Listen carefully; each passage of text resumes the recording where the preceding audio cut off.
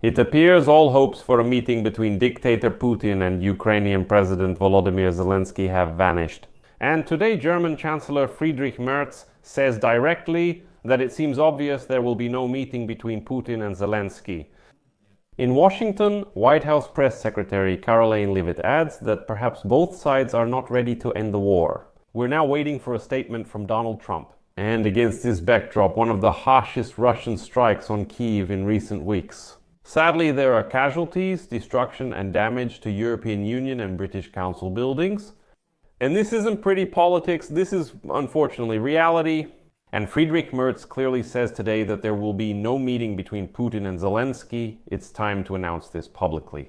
Well, and the position of the White House looks very strange, where they say, listen, it seems that both sides are not ready to end the war, so, well, probably let the war continue. I'm Alexei Pechiy, it's August 28th. Let's discuss this together. So what to expect next, and what is the position of Europe, the United States of America, and especially there have also been updates regarding security guarantees.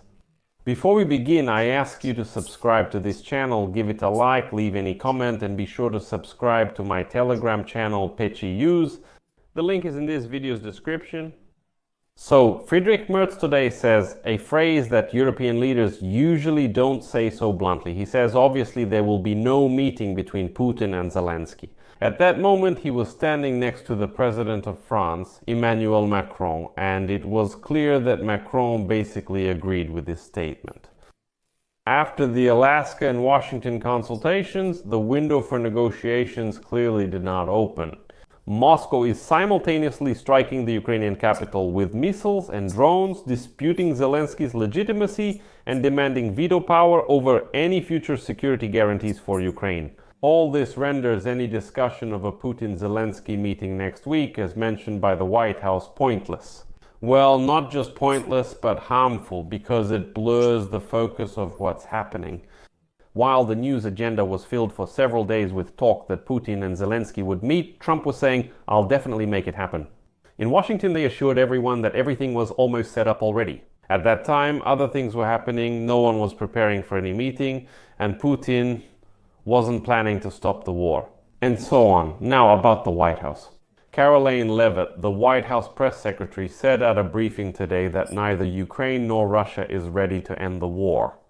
Her words were immediately taken out of context and started to be interpreted as if it was supposedly the United States being tired of supporting Ukraine, but the context is simple. Moscow is not ready because it is trying to drag its veto power into the security guarantee system for Ukraine while simultaneously pressuring with missiles.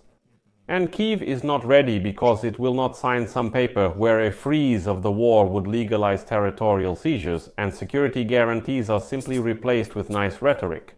This is not about fatigue, it's about the lack of a subject for discussion. That's important to emphasize. Next, the strike on Kyiv, and I won't read out the list of numbers right now. Unfortunately, at the moment, at the time of recording, 19 people have died. Two details are enough here. A Russian drone hit very close to European facilities, and there was a strike on a Turkish factory. There are many dead and wounded for anyone who saw the video of the explosion, debris and thick smoke. In central Kyiv, people realized that Merz, Germany's chancellor, made his statement today. What many people had on the tip of their tongues.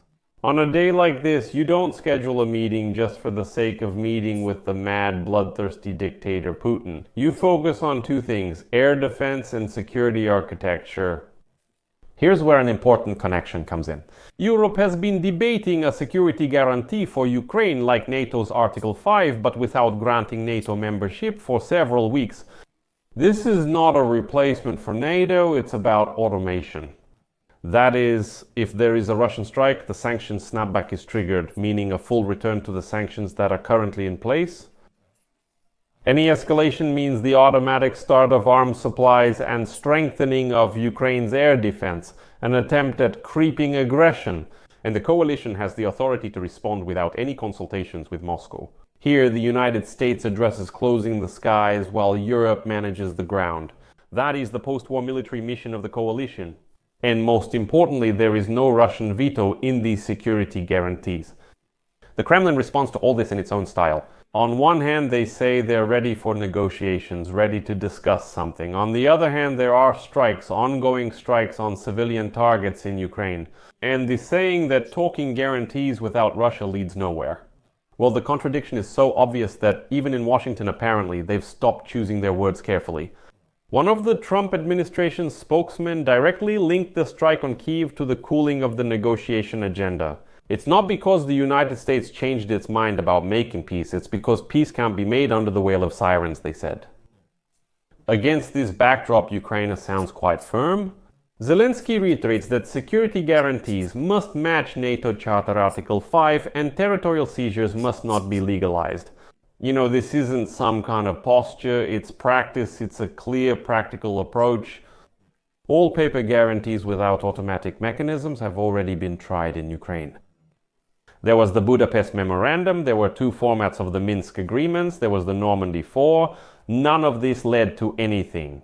All of this is just talk, all of this is just paperwork, and wherever Russia is even somewhat involved, it all amounts to nothing, it means nothing. Unfortunately, Ukraine has bitter experience. That's why today there is no willingness to end the war with a beautiful gesture. That's how I would put it. There is a willingness to close the skies, provide funding, establish a security architecture, hit the aggressor's economy with sanctions, and so on. This is what everyone in the West should be ready for. And I understand the fatigue people are feeling, which is being talked about there now, those who are waiting for a meeting between Putin and Zelensky as a symbol, thinking that if they just met and agreed on something, but a symbol without substance is a deception. We saw this in Alaska. Well, Putin met with Trump, well, it's symbolic. Symbolic. And what was the outcome of that story? None. Zero. Well, just that Putin visited Alaska and tried to legitimize himself in the international community. Today, there can be 2 things with the content. Real de-escalation from Moscow and real automatic security guarantees from Ukraine's allies. Neither of those things exist, so the meeting between Putin and Zelensky is just a formality. A grown-up conversation begins on the day when the air raid sirens are silent. As for the guarantees, everyone has the text in hand, where Russia has no veto rights. And the final thought, Friedrich Merz's phrase that there will be no meeting. This is not a sentence for the world as a whole. This is a sentence for cheap optimism, for this cheap populism, if you will. And it's more honest to live with that thought. We need to strengthen Ukraine's air defense. We need to implement that very snapback of sanctions against Russia. We need to strengthen the skies of our allies. We need, to tighten the economic screws. We need to make it so that Russians have nothing to eat. That's when they'll start considering what kind of war they're really fighting. In that scenario, if a meeting does happen, it will be about what can actually be accomplished. Specifically, what's written down not just in nice words, but as an action plan. And some photos, well, are obviously inappropriate. And right now, there definitely won't be any meeting between Putin and Zelensky. This needs to be made clear. And finally, Friedrich Merz has said it out loud. And let me remind you that just a day ago, American President Donald Trump said, no, we will organize a meeting between Zelensky and Putin. We will definitely organize it, believe me. And if anything, I'll be the 3rd one there. Steve Witkoff was saying that I'm in touch with the Russians every day, we're negotiating something, but the facts show that no meeting is being prepared. Well, no meeting is being prepared. And it's better to say this honestly, just as it is, rather than creating this informational noise that negotiations are about to happen.